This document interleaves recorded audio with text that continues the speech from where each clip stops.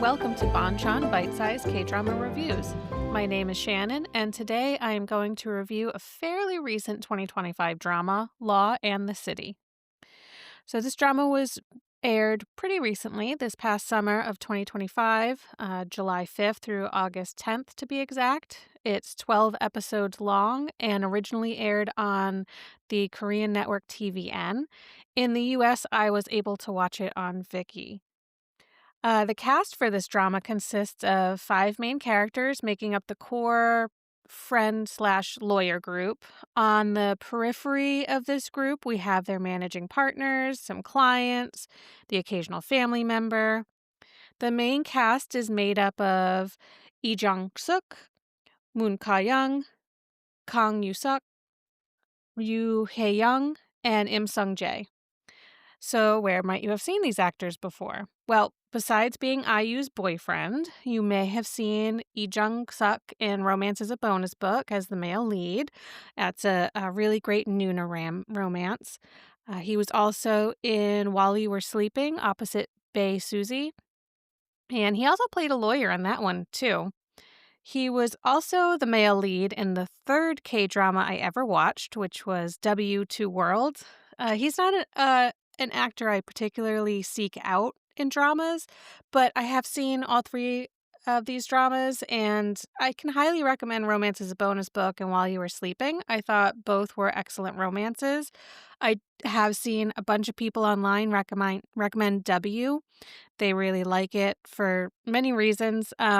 I've watched it so long ago and I haven't rewatched it that I don't remember particular details. I do remember enjoying it, but I do remember feeling like it was a little bit too long. Moon Ka-young was also in another 2025 drama that came out last February called My Dearest Nemesis. I think most people know her from her 2020 role opposite Cha Eun-woo in True Beauty. At least that's where I know her the best. She has a main role in Welcome to Waikiki Season 2, but I haven't watched that yet. I loved Season 1, so I'm a little afraid that Season 2 is going to be inferior because I heard it's not as good, so I've kind of put off watching it, but she's in it. So if you're a fan of hers, maybe you might like that season.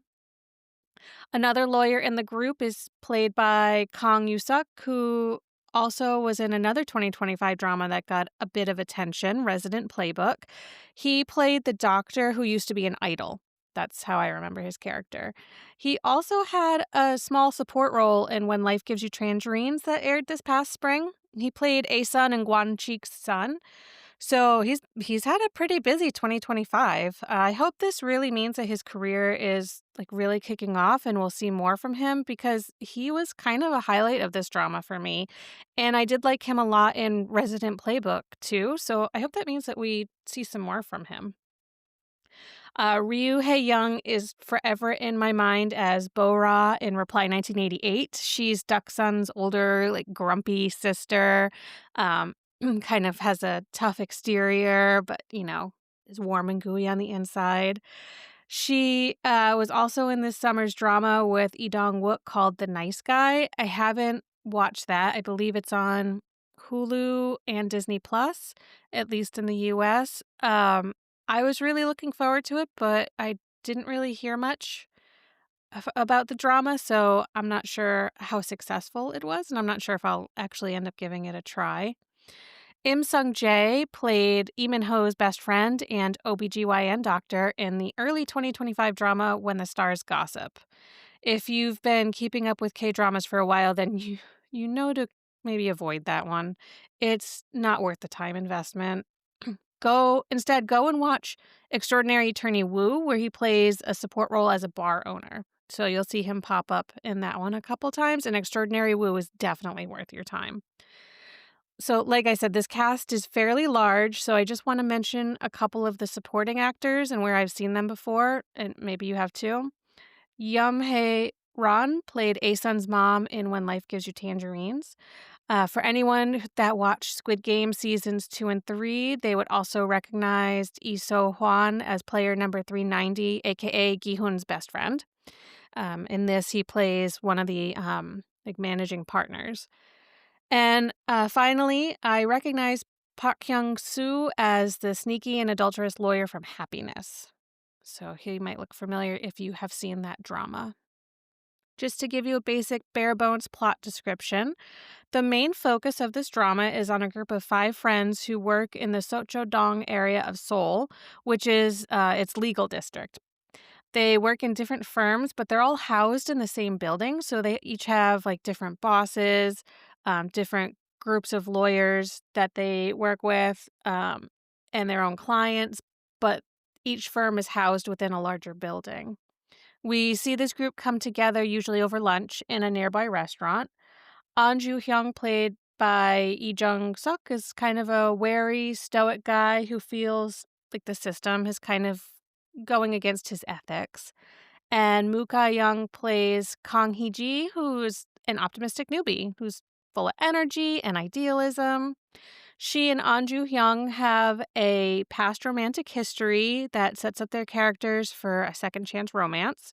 Kang Yoo-suk's character, Jo Chang-won, is the most social and outgoing character of the bunch, while Hong Sang-gi, played by Im Song-jae, is a quieter but likable guy who is like always watching his money. He's always penny pinching. He's very worried about it.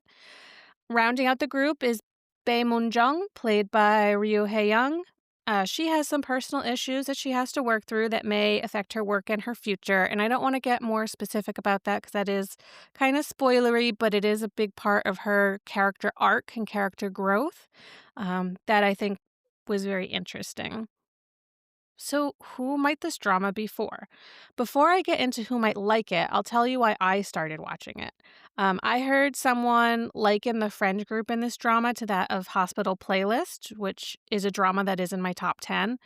The thing I love the most about Hospital Playlist is the dynamic of the friend group. Their history, their closeness, and their support for one another made for really excellent watching, as far as I'm concerned. That drama does found family in the best way. If you're into that kind of vibe, then this one might be one that appeals to you. However, I don't expect it to, or I should say, you shouldn't expect it to match Hospital Playlist in charm or warmth, and I'll get to that later. This drama will really appeal to you if you are interested in law slice of life, especially if you like cases that aren't all murder and violent crime. This show tackles things like cybersecurity crime, debt issues, school bullying, and inheritance issues. There is a definite focus on the office culture in each of like the different law offices. So we also get some things like burnout, work-life balance, and maternity leave issues.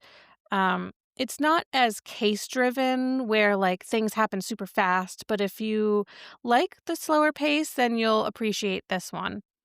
And we do get a little bit of romance, but if you are someone who wants the romance to play a bigger part over the course of all 12 episodes, then you would be disappointed. It's a bit of a slow burn at the beginning, and ultimately, it doesn't play a big part in the overall story that this drama is telling, but it is there. Um, and I think that was one of the highlights of the drama for me. I really liked that part of the story. What makes this drama great is the variety of legal stories that don't focus on violent crime to bring the drama. Some of the stories really touched my heart, and not every story ends with the good guys winning or those who were wronged getting the legal system to vindicate them. I think this show really demonstrates the complexities that are involved in Korea's, or really any democratic country's, legal system. And I appreciated that. Um, the drama really came from feeling for their clients, for, being on the same side as the lawyers. Like we're rooting for them and they're trying their best for their clients. And, just like in real life, sometimes the legal system just doesn't let the winners win and doesn't punish those who should be punished. The ensemble cast gives the episode some variety. We check in with everyone in each episode, which really helps with the pacing. Overall, the show feels really modern. It's tackling workplace issues in a thoughtful way that uh, others are definitely thinking about in their own lives. Most of these characters are really working through reconciling their own passions and ethics and how that comes to play in their careers. So there are some not so great parts, and this is where I'm going to talk about the romance. I have seen people praise it, saying it feels grounded and real. I did enjoy the backstory of Anju Hyun and Kang Hee Ji. The flashbacks to their younger days were a good addition that I liked. However, and this might have a slight spoiler, so skip ahead if you really don't want to know. Um, After they acknowledge their feelings to one another, that's kind of it. That's the end we really get of the romance. They're together, everyone finds out they're together, and the show moves on.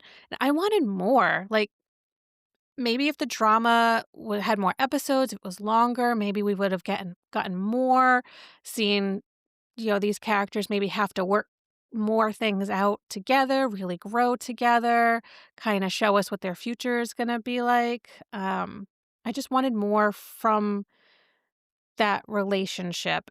They gave us so much backstory in flashbacks and stuff that we got with these two main characters more than we got with any other character. So it's like the show wanted us to be invested in that, but then just kind of dropped it once they got together. Um, like I mentioned before, this drama also kind of lacks a little bit of the warmth that I got from Hospital Playlist. The friend group is nice, but I didn't feel like it was a group I wanted to be part of. Um, their dynamics weren't incredibly entertaining or something like I felt really drove the drama. And I think that just might be my opinion because I think others really connected with this group. They really liked the scenes with the lunches that they had. I liked them connecting over food. That was a big part of the drama is the food. We get some close-ups of the food that they're eating.